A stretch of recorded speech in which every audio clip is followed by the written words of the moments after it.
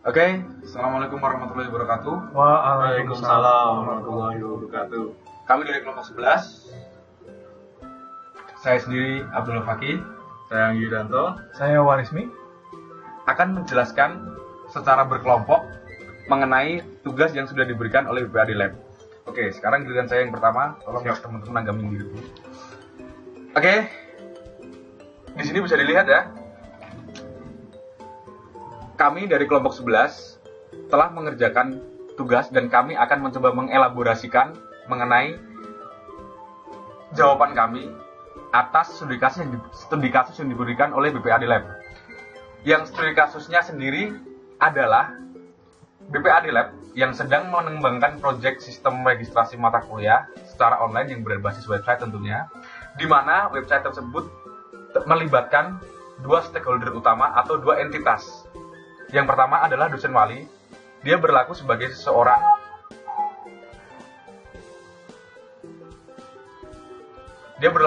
seseorang yang meng-approve atau yang mensetujui mata kuliah yang diajukan oleh mahasiswa. Kemudian yang kedua, mahasiswa menjadi seseorang yang menginputkan atau memilih mata kuliah, kemudian menginputkan kuesioner dengan tujuan agar dia bisa memilih mata kuliah. Karena di keterangan selanjutnya, kuesioner adalah salah satu syarat atau adalah satu-satunya syarat untuk melakukan input mata kuliah. Nah, kemudian ada beberapa aktivitas yang dilakukan dalam website ini. Yang pertama adalah menangani pemilihan mata kuliah, yang pertama.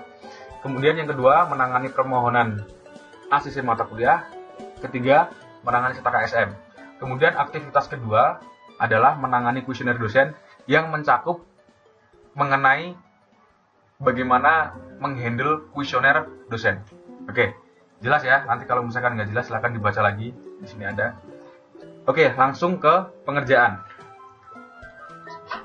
Nah, ini adalah DFD level 0 yang telah kami kerjakan. Namun, sebelum menjelaskan DFD ini, kami akan memberikan beberapa asumsi karena kami merasa harus dan terpaksa menggunakan asumsi-asumsi, karena jika tidak kami juga kebingungan sendiri. Asumsi yang pertama adalah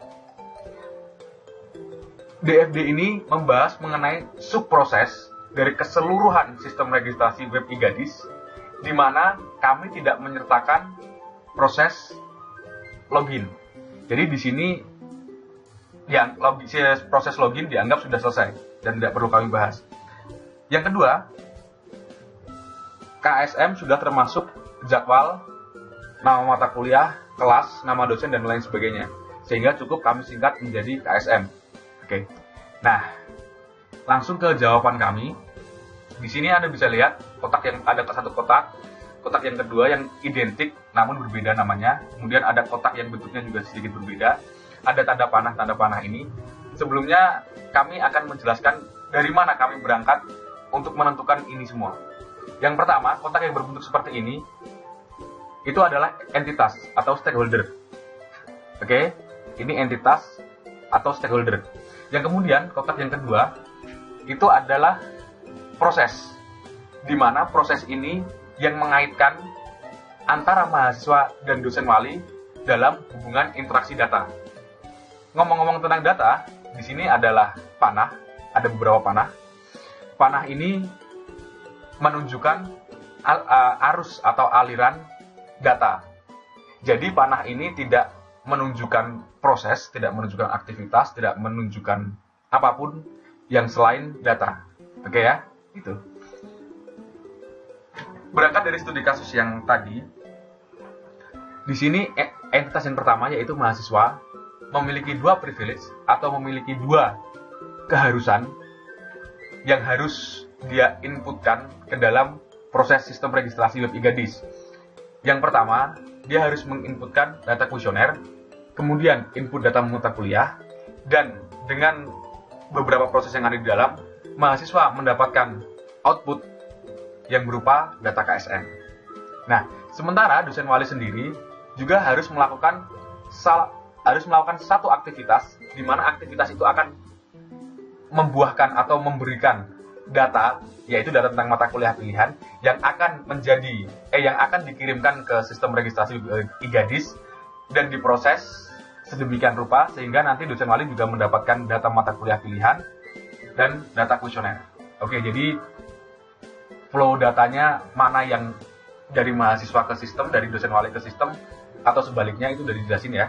Oke, sekarang kita kupas satu persatu. Mahasiswa, seperti yang dikatakan di awal, harus melakukan isi kuesioner. Salah satu aktivitas yang penting adalah mengisikan kuesioner yang akan menghasilkan data kuesioner yang telah dia isi. Kemudian data itu dikirimkan masuk ke sistem registrasi web IGADIS, yang nanti dia akan menjadi output atau keluaran yang akan diterima dosen wali yang berbentuk data kuesioner. Setelah data kuesioner ditangkap, kemudian mahasiswa mendapatkan hak atau privilege untuk memilih mata kuliah. Mahasiswa melakukan aktivitas yang kedua, yaitu memilih mata kuliah, sehingga keluarannya adalah bentuk data mata kuliah yang dia pilih, dan data itu kemudian dimasukkan ke sistem registrasi web IGADIS, dan kemudian dengan proses demikian rupa, data itu diolah dan akan sampai kepada dosen wali. Sehingga dosen wali tahu mahasiswa ini sedang mau ngambil mata kuliah apa saja, atau mata kuliah apa saja yang sedang diajukan oleh mahasiswa. Setelah nyampe pada dosen wali, setelah ditimbang-timbang dengan proses atau data-data yang di luar DFD, dosen wali kemudian meng-ACC atau menyetujui apa yang diajukan mahasiswanya mengenai mata kuliah yang dia pilih. Di sini, data mata kuliah yang dipilih ya, dimasukkan ke dalam sistem ini, kemudian dalam sistem ini diproses. Jika prosesnya sudah selesai, maka mahasiswa akan mendapatkan satu output, yaitu data KSM. Ini output yang berbentuk data. Oke, saya akan melakukan presentasi tutorial ini. Jadi selanjutnya setelah melakukan proses pada DFD 0 ini, saya akan melanjutkan ke proses DFD level 1, di mana di dalam sistem registrasi website IGADIS ini terdapat dua proses, yaitu kita open diagramnya. Nah, terdapat dua proses, yaitu kelola data kuesioner dan kelola data matkul. Nah, di dalam penginputan mata kuliah, mahasiswa terlebih dahulu melakukan pengisian data kuesioner, yang menjadi input ke dalam data kelola data kuesioner. Nah, di dalam sistem ini terpecah dua, yang satu dapat diakses langsung oleh dosen wali dan satunya lagi akan tersimpan ke dalam database sebagai inputan untuk kelola data matkul. Nah, setelah mahasiswa melakukan penginputan kuesioner, mahasiswa melakukan input mata kuliah dan masuk ke dalam sistem kelola data matkul. Nah, di dalam kelola data matkul ini, di dalam sistem ini, secara otomatis memanggil data kuesioner yang telah diisi oleh mahasiswa tersebut ke dalam database. Setelah dia memanggil, dia melakukan cross check di dalam sistem, melakukan cross check, dan barulah kemudian mahasiswa dapat menginputkan mata kuliah yang dia inginkan. Nah, di dalam sistem ini, sistem mengambil referensi mata kuliah, list mata kuliah yang terdapat pada database data mata kuliah sebagai inputannya. Setelah mahasiswa melakukan penginputan mata kuliah, maka terpilihlah mata kuliah tersebut. Nah, setelah mahasiswa melakukan proses tersebut, sistem mengirimkan secara otomatis data yang telah dia input ke dosen wali. Kemudian dosen wali akan melakukan proses selanjutnya, yaitu proses pensetujuan atau peng-ACC-an yang akan dimasukkan kembali ke dalam sistem kelola data matkul. Dan di dalam sistem secara otomatis akan menyimpan data mata kuliah pilihan oleh mahasiswa menjadi data KSM, di mana data KSM ini akan dimasukkan ke dalam database data KSM yang dapat diakses mahasiswa selanjutnya, dan seterusnya. Halo, saya Warismi. Sebelumnya teman saya Yuda sudah menjelaskan proses yang terjadi pada DFD level 1. Sekarang kita akan breakdown proses-proses yang terjadi pada masing-masing proses yang ada di level 1.